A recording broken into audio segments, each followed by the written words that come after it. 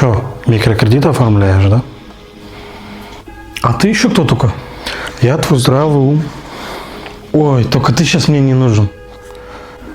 Мне нужны деньги, надо как-то еще до ЗП прожить. А нельзя как-то сократить расходы, немного потерпеть, поэкономить чуть-чуть? Я не хочу. Я уже привык. Қора кіріп барасың ғой. Да не. Да вообще ничего не будет. Кетчар вообще, исчезни.